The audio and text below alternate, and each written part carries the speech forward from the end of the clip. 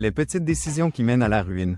La vérité cachée sur les erreurs de vie. La plupart des gens ne prennent pas la décision consciente de ruiner leur vie. Ce n'est pas un choix soudain, un instant de folie où tout bascule d'un coup.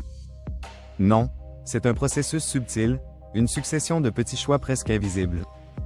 Ce sont ces décisions insignifiantes qui, avec le temps, s'accumulent et créent un engrenage dont il devient difficile de s'échapper. Mais comment en arrive-t-on là? Pourquoi certaines personnes, malgré une vie stable, finissent-elles par tout perdre sans même s'en rendre compte? Avant d'entrer dans le vif du sujet, prenez un instant pour soutenir cette vidéo avec un like et abonnez-vous si ce n'est pas encore fait. Votre soutien aide cette chaîne à toucher plus de personnes et à continuer à explorer ces sujets essentiels. Merci à tous ceux qui sont déjà là. Maintenant, plongeons dans l'analyse. L'illusion du contrôle. Tout commence par une illusion. L'illusion que l'on maîtrise tout, que nos choix sont sous contrôle. Une personne peut être convaincue qu'elle est forte, qu'elle ne cédera jamais à la tentation, qu'elle ne fera jamais partie de ceux qui échouent. Mais la vérité, c'est que personne n'est infaillible. Le danger n'est pas dans les grands bouleversements, mais dans les petits glissements progressifs. Un mensonge anodin, une excuse pour éviter un effort, une habitude malsaine qu'on laisse s'installer, les psychologues parlent de l'érosion progressive des limites. Ce phénomène décrit comment, au fil du temps, nous repoussons doucement nos propres règles. Nous faisons de petites exceptions, justifiées par des circonstances, jusqu'à ce qu'un jour, nous regardions en arrière et réalisions que nous sommes loin de là où nous voulions être. L'influence invisible de l'environnement. Un autre facteur clé, souvent sous-estimé, est l'environnement. Nous sommes le reflet de ce qui nous entoure. Les personnes avec qui nous passons du temps, les contenus que nous consommons, les habitudes que nous développons. Tout cela façonne notre esprit et nos décisions, bien plus que nous ne le pensons. Une personne qui fréquente des individus négatifs ou toxiques finit par absorber cette énergie, même inconsciemment. À l'inverse, être entouré de personnes motivées et inspirantes crée une dynamique de croissance et d'amélioration. L'environnement n'est pas seulement physique, il est aussi numérique. Aujourd'hui, les réseaux sociaux jouent un rôle énorme dans la perception que nous avons de nous-mêmes et du monde. Passer des heures à comparer sa vie à celle des autres peut mener à des décisions impulsives, souvent basées sur une fausse idée du bonheur. Le poids des justifications. L'un des mécanismes les plus puissants qui nous pousse à l'erreur est la justification. Personne ne se considère comme une mauvaise personne. Alors, lorsqu'on commence à faire quelque chose que l'on sait être discutable, notre esprit cherche une explication qui nous permet de rester en accord avec notre propre image. Ce n'est pas si grave. Tout le monde le fait. Je le mérite après tout ce que j'ai enduré. Ces petites phrases, répétées encore et encore, créent un brouillard qui obscurcit notre jugement. Ce qui semblait inacceptable devient peu à peu tolérable, puis normal. C'est ainsi que l'on glisse, lentement mais sûrement, vers des choix qui détruisent à long terme.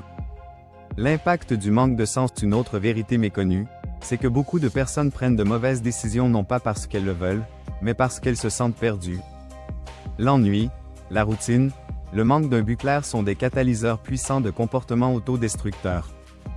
Quand une personne ne trouve plus de satisfaction dans son quotidien, elle cherche inconsciemment des échappatoires. Certains se tournent vers des distractions superficielles, d'autres vers des relations destructrices, d'autres encore vers des addictions.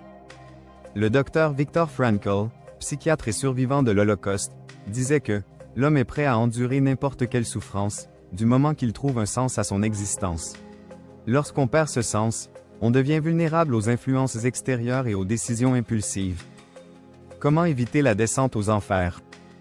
Maintenant que nous avons analysé comment ces glissements se produisent, la question essentielle est « comment les éviter ?» 1. Cultivez la conscience de soi. Prenez l'habitude de vous observer. Pourquoi faites-vous tel ou tel choix? Quelles sont les pensées qui vous traversent l'esprit au moment de prendre une décision? Être conscient de ses propres mécanismes psychologiques est le premier pas pour ne pas tomber dans les pièges de l'inconscient. 2. Se fixer des valeurs claires. Si vous n'avez pas de principes solides, vous serez facilement influencé par les circonstances. Prenez le temps de définir vos valeurs et engagez-vous à les respecter, même lorsque personne ne regarde. 3. Éliminez les petites failles avant qu'elles ne grossissent comme une fissure dans un mur. Un petit écart peut devenir un gouffre avec le temps. Si vous sentez que vous commencez à justifier des comportements discutables, arrêtez-vous et rectifiez immédiatement. 4. Choisir son environnement avec soin. Vous êtes la moyenne des 5 personnes que vous fréquentez le plus. Si vous vous entourez de personnes qui ont une forte discipline, une vision claire et des valeurs solides, vous serez naturellement poussé vers le haut. 5. Gardez un sens à sa vie, trouvez une mission, un but qui vous dépasse. Cela peut être un projet, une passion, une cause.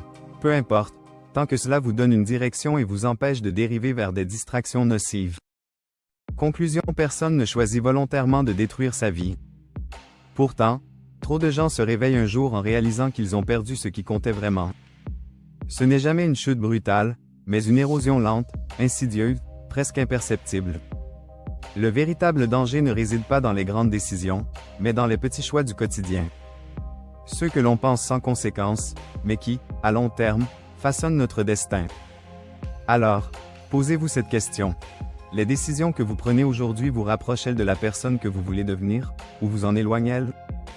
Si cette vidéo vous a fait réfléchir, laissez un commentaire pour partager votre avis. Et surtout, abonnez-vous pour ne rien manquer des prochaines explorations sur le développement personnel et la psychologie du succès. Merci d'avoir regardé jusqu'au bout.